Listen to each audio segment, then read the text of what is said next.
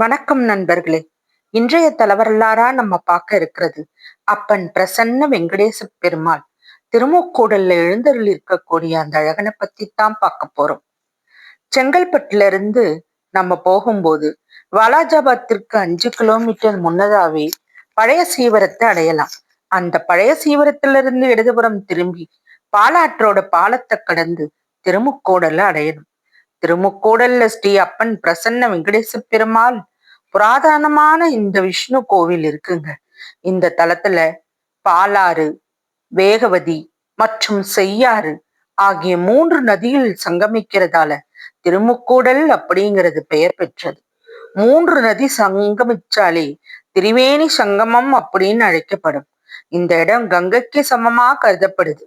இங்க நீராடுவது பிரயாகையில நீராடுவதை போன்ற புனிதமானதாக கருதப்படுது. இந்த கோயில் ஆற்றங்கரையில் அழகா அமைஞ்சிருக்கு. இது ஒரு அழகிய காட்சி. கோயிலோட வளாகம் ஆற்றின் கரையில் அமைஞ்சிருக்கு. பார்க்க ஒரு அற்புதமான இடம். லட்சுமி நரசிம்மர் கோயில் பழைய சீவரத்துல இருக்கு. அது ஆத்துக்கு எதிர்ப்புறம் பிரசன்ன வெங்கடேச பெருமாள் கோவில் ஆற்றோட இன்னொரு புறத்திலையும் அமைஞ்சிருக்கு. இந்த கோயில் பாத்தீங்கன்னா 1200 ஆண்டுகள் பழமையானது. இந்த கோயில் மிக பழமையான கோயில்ங்கிறது கல்வெட்டு 9ஆம் நூற்றாண்டை சேர்ந்தது. இந்த கோயில் தொண்டை மண்டலத்தை தலைநகரமா கொண்டது. தொண்டை மண்டலம்னா நம்ம காஞ்சிபுரம் தாங்க. அதை ஆண்ட தொண்டைமான் சக்கரவர்த்திங்கிற மன்னரால கட்டப்பட்டதா கூறப்படுகிறது. புராணத்தோட படி தொண்டைமான் மன்னர் ஒரு முறை வெங்கடேச பெருமாளை தரிசிக்க திருப்பதிக்கு போனாராம். அப்போது அவர் போர் திடீர்னு வந்துருது. அந்த போரை நிறுத்துறதுக்காக திருப்பதிக்கு செல்ல வேண்டிய அவர் அது நேரம் இல்லைன்னு திரும்பி நாட்டை காப்பாற்றுறதுக்காக தொண்டைமான் வெங்கடேச பெருமாளை வேண்டிக்கிறார். இறைவன் அருளால அவர் போரில் வெற்றி பெற ஆசிர்வதித்து தனது சங்கு சக்கரத்தையே பரிசாக அளிக்கிறாராம். தொண்டைமானும் போர்ல வெற்றி பெற்றாராம். திரும்பி வரும் வழியில சங்கு மற்றும் சக்கரம் ஆகிய 2 ஆயுதங்களும் மறைஞ்சிடுதான். பின்னர் அவர் இறைவன் ஸ்ரீ ராமானுஜரை அந்த இடத்துல தனக்காக சங்கு மற்றும் சக்கரத்தை பிரதிஷ்டை செய்யும்படி கட்டளையிடுறார். இங்குள்ள தெய்வம் சங்கு மற்றும் சக்கரத்தை கொண்டு வந்தது இப்படித்தாங்க. பின்னர் மன்னர் தொண்டைமான் மோட்சம் வேண்டி திருப்பதி பெருமாளோட சரணடைகிறார். அவருக்கு மோட்சம் அளிக்க திருமுக்கூடலுக்கு வரும்படி அந்த இறைவன் உத்தரவிடுறார். மன்னர் இங்கு இறைவனை தரிசனம் செய்கிறார். அதுவரை இங்குள்ள இறைவன் சயன கோலத்துல, அதாவது ரங்கநாதரை போல படுத்து கிடந்த நிலையில இருந்ததாதான் கூறப்படுது. ஆனா மன்னர் இங்கு வந்த போது இறைவன் தனது தோரணையை மாற்றி நின்ற கோலத்துல திருப்பதியில இருக்கிற வெங்கடாச்சலபதி போலேயே அவருக்கு தரிசனம் அளித்ததா சொல்லப்படுது. தொண்டைமான் மன்னர் தனது உற்சாகத்தாலும் பேரானந்தத்தாலும் அதை பார்த்துட்டு அப்பனே வெங்கடேசா அப்படின்னு ஓடி போய் அவர் அணைச்சுக்கிறாராம். அதாவது அவரே ஓ என் தந்தை வெங்கடேசா என்ற பொருள். அதனால அப்பா வெங்கடேசான்றதுனால இங்குள்ள இறைவன் அப்பன் பெருமாள் அப்படியே அழைக்கப்படுறார். தொண்டை மன்னர் முதல்ல இந்த கோயிலுக்கு பெருமாளுக்காக கட்டினதாகவும் அதே மன்னர் தான் திருப்பதி திருமலை கோயிலையும் இப்போ தெற்கு திருப்பதின்னு அழைக்கப்படக்கூடிய திருமலை வையாவூரையும் அவர் தான் கட்டினதா கூறப்படுது. இங்க நிறைய கல்வெட்டுக்கள் இருக்குது. இதுல பாத்தீங்கன்னா இங்க ஸ்ரீ அப்பன் வெங்கடேச பெருமாள் நின்ற கோலத்துல கம்பீரமா காட்சியளிக்கிறார். பிருகு மகரிஷி, மார்கண்டேயர், பூமாதேவி ஆகியோர்லாம் இவரை வழிபடுறத பார்க்கலாம்.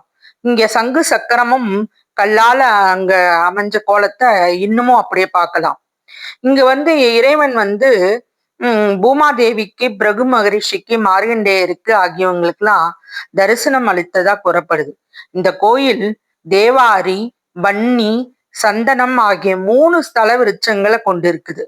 காஞ்சிபுரம் வரதராஜ பெருமாளின் பார்வேட்டை இங்க மிகவும் பிரசித்தி பெற்றது. ஸ்ரீ வரதராஜ பெருமாள், பழைய சீவரம் ஸ்ரீ லட்சுமி நரசிம்மர், அப்புறம் அப்பன் வெங்கடேச பெருமாள், இவங்க 3 பேருமே ஒரு ஆண்டும் காணும் பொங்கல் நாள்ல ஒன்றா தரிசனம் தராங்க. இத பாக்குறதுக்கு அவ்வளோ சந்தோஷமாக பக்தர்கள் திரள்வாங்க. இங்க வைகுண்ட ஏகாதசி வெகு விமர்சையா கொண்டாடப்படும். இங்குள்ள தாயார் பாத்தீங்கன்னா அலர்மேலு மங்கை தாயார். இங்க தனி கோயில், தனி சன்னதி இருக்கு. மற்ற தெய்வங்கள் பரதர், ஸ்ரீ ஆண்டாள், ஸ்ரீ ஆஞ்சநேயர் இவங்கெல்லாம் கோயில்ல தனித்தனி சன்னதி இருக்கு. இந்த ஆஞ்சநேயரும் மிக சிறப்பு வாய்ந்தவர்.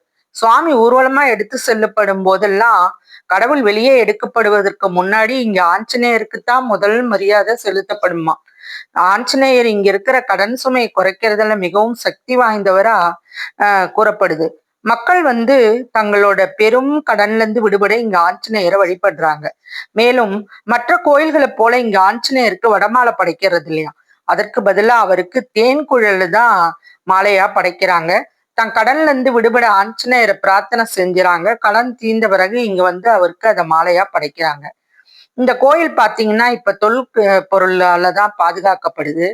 கோயில் ராஜ ராஜ இந்த கல்வெட்டுக்கள் ராஜராஜ சோழன், ராஜேந்திர சோழன் இவங்க தொடங்கி பல்வேறு காலகட்டங்களை சேர்ந்ததா இங்க இருக்கு.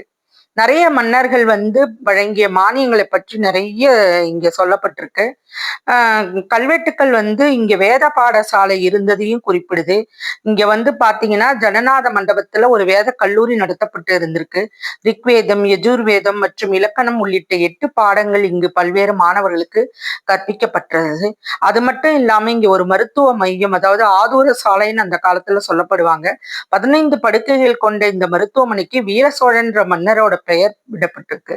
இங்க கோதண்டராமன், அஸ்வத்ரமன் பட்டன் ஆகிய மருத்துவர், அறுவை சிகிச்சை செய்த அறுவை சிகிச்சை நிபுணர், அறுவை சிகிச்சை மூலிகை செவிலியர்கள், இந்த இடம் வேலையால், ஒரு நாவிதர் இன்னும் ஏராளமான பணியாளர்கள் இருந்ததை இங்க குறிப்பிட்டிருக்கிறாங்க.